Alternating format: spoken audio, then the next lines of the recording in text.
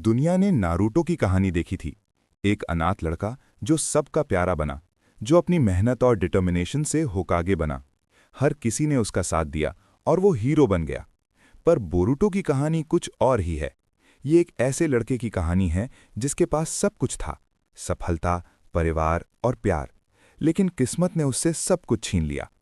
आज हम बोरुतो के सफर को देखेंगे, जिसमें हर एक जख्म और हर एक मोड़ उसे एक गॉड लेवल शिनोबी बना गया। तो चलिए शुरू करते हैं इस ट्रैजिक और इमोशनल कहानी को। सब कुछ शुरू होता है बोरुतो के गुस्से से। उसका बाप नारुतो अब होकागे बन गया है, लेकिन अपनी फैमिली के लिए वक्त नहीं निकाल पाता। बोरुतो को लगता है कि वो अपने बाप का अटेंशन नहीं पा रहा, और यही गुस्सा उसे एक डेंजरस रास्ते पर ले जाता है, जहां वो साइंटिफिक निंजा टूल्स का इस्तेमाल शॉर्टकट की तरह करने लगता है। चुनिन एग्जाम्स के दौरान जब नारुतो ने अपने ही बेटे को चीटिंग करते पकड़ा, तो उन्होंने उसे सबके सामने शर्मिंदा किया, जिससे दोनों के बीच का गैप और बढ़ गया। लेकिन असली खतरा आसमान से आया। मोमोशिकी और किनशिकी ओत्सुत्सुकी, जिनका मिशन चक्रा फ्रूट हासिल करना था। नारुतो ने अपनी जान की कुर्बानी देकर विलेज को बचाया, और बोरुतो ने पहली बार अपने बाप का असली दर्द और उनकी जिम्मेदारी को महसूस किया। सासुके के साथ मिलकर बोरुतो ने अपने बाप को बचाने की जंग लड़ी और एक पावरफुल रासेनगान से मोमोशिकी को हरा दिया। लेकिन मरने से पहले मोमोशिकी ने बोरुतो के हाथ पर अपना कारमा छोड़ दिया। कारमा एक तरह का डिजिटल बैकअप होता है, जो ओत्सुत्सुकी अपने मरने से पहले किसी वेसल में डालते हैं ताकि वो दोबारा जिंदा हो सकें। बोरुतो का कारमा मोमोशिकी का था, और वो धीरे धीरे 100% ओत्सुत्सुकी में बदलने लगा। वहीं दूसरी तरफ हमें पता चलता है एक मिस्टीरियस ऑर्गेनाइजेशन कारा के बारे में, जिसका लीडर जिगन यानी इशिकी ओत्सुत्सुकी था, जो अपने लिए एक परफेक्ट वेसल ढूंढ रहा था। और वो वेसल था कवाकी। कवाकी कोई नेचुरल निंजा नहीं था, बल्कि उसे एक गरीब घर से खरीदकर जिगन और अमादो ने लैब में मॉडिफाई करके एक जिंदा साइबॉर्ग बना दिया था। जब कवाकी कारा की कैद से भाग रहा था, तब उसका एयरशिप क्रैश हुआ और वो बेहोश हालत में टीम 7 को मिला।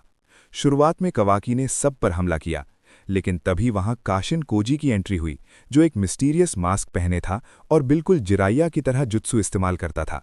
जब नारुतो वहां पहुंचा तो उसने कवाकी का दर्द देखा और उसे जेल भेजने के बजाय अपने घर ले जाने का फैसला किया। नारुतो ने कवाकी को वही बाप का साया और प्यार दिया जो उसे कभी नहीं मिला था, और यहीं से कवाकी के दिल में नारुतो के लिए एक ऐसा ऑब्सेशन पैदा हुआ जो आगे चलकर पूरी दुनिया के लिए खतरा बनने वाला था। कहानी में असली मोड़ तब आता है जब कारा का सबसे बड़ा दिमाग अमादो कोनोहा में बगावत करके पनाह मांगता है। वो सीधा सीधा नहीं आता, बल्कि शिकादाई नारा के गले में बॉम्ब बांधकर नारुतो और शिकामारू को ब्लैकमेल करता है। अमादो के पास 2 बड़े राज थे। पहला ये कि जिगन के अंदर इशिकी ओत्सुत्सुकी छिपा है, और दूसरा ये कि काशन कोजी कोई आम इंसान नहीं, बल्कि जिराया का क्लोन है, जिसे अमादो ने इशिकी को मारने के लिए ही बनाया था। अमादो को असाइलम मिल जाती है क्योंकि वही एक लौता शख्स था जो बोरुतो के कारमा को रोकने की दवाएं दे सकता था और इशिकी की कमजोरियां जानता था। वहीं दूसरी तरफ काशिन कोजी और जिगन की भयंकर लड़ाई होती है, जिसमें जिगन का शरीर जल जाता है और इशिकी को मजबूरन अधूरे तरीके से रिवाइव होना पड़ता है।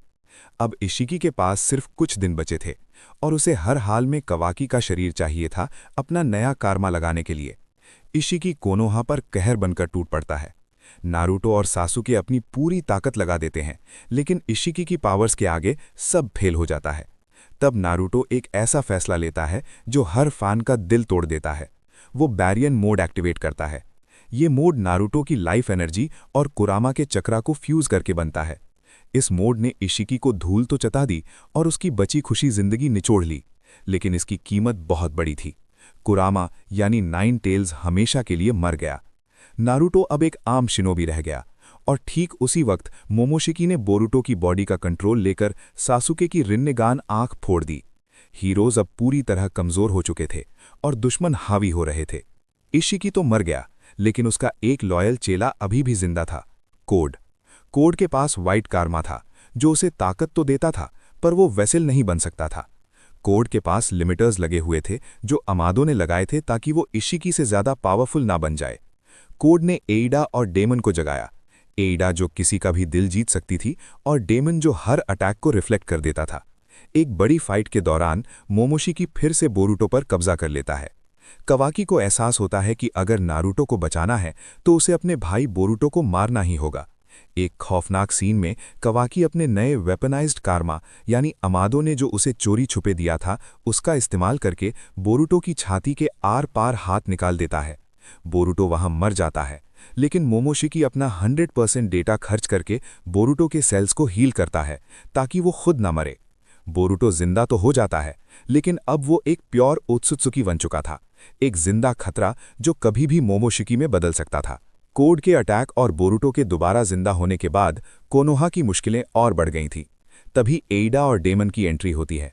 एइडा को कोनोहा में पनाह इसलिए मिली क्योंकि अमादो ने बताया कि उसकी पावर ऑम्निपोटेंस इतनी खतरनाक है कि उसे दुश्मन बनाए रखना विलेज की बर्बादी होगी। साथ ही एइडा खुद कवाकी से मिलना चाहती थी क्योंकि वो उससे सच्चा प्यार करने की कोशिश कर रही थी।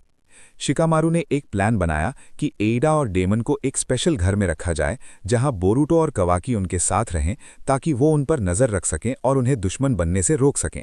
लेकिन कवाकी का दिमाग कहीं और ही था। उसके लिए नारुतो की सेफ्टी सबसे ऊपर थी। उसे लग रहा था कि जब तक बोरुटो यानी मोमोशिकी जिंदा है, नारुतो कभी सेफ नहीं रहेगा। इस पागलपन में कवाकी ने नारुतो और हिनाता को डाइकोट केन डायमेंशन में कैद कर दिया, जहां वक्त रुका हुआ है ताकि उन्हें कोई नुकसान न पहुंचा सके। जब कवाकी ने नारुतो को गायब किया तो पूरा गांव उसके पीछे पड़ गया। तभी कवाकी ने एइडा की हेल्प ली। एइडा ने अपनी ऑम्निपोटेंस पावर का इस्तेमाल किया और पूरी दुनिया की मेमोरीज यानी यादें ही बदल दी। एक ही पल में सब कुछ उल्टा हो गया। लोगों को लगने लगा कि कवाकी असलियत में नारुतो का बेटा है और बोरुटो एक गद्दार आउटसाइडर है जिसने 7th होकागे को मार दिया है। इसी पावर की वजह से मित्सुकी अपने सबसे अच्छे दोस्त बोरुटो को मारने के लिए उस पर टूट पड़ा।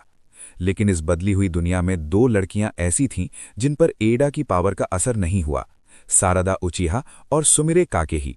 उन्हें अभी भी सच पता था, पर कोई उन पर यकीन करने को तैयार नहीं था। शिकामारू ने 8th होकागे का पद संभाला और पूरे गांव को बोरुटो के पीछे लगा दिया। चैप्टर 80 का सबसे बड़ा इमोशनल मोमेंट तब आता है जब सारदा अपने पिता सासुके के पास रोती हुई जाती है। सासुके की यादें भी बदल चुकी थीं। उसे भी लग रहा था कि बोरुटो दुश्मन है, लेकिन जब उसने अपनी बेटी की आंखों में मंगेक्यो शारिंगान अवेकन होते देखा और उसकी गिड़गिड़ाहट सुनी तो उसने अपने दिमाग से ज्यादा अपनी बेटी की फीलिंग्स पर ट्रस्ट किया।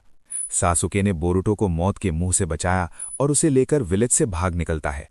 एइडा जो ये सब देख रही थी, बोरुटो के पास आती है और माफी मांगती है क्योंकि वो इतनी बड़ी तबाही नहीं चाहती थी। बोरुटो टूटने के बजाय एक सच्चा शिनोबी बनकर उभरता है। वो कहता है कि वो कवाकी से नफरत नहीं करता बल्कि उसे सुधारना चाहता है। कहानी के एंड में बोरुटो और सासुके ट्रेनिंग के लिए गांव छोड़ देते हैं और बोरुटो पार्ट 1 यहीं खत्म होता है।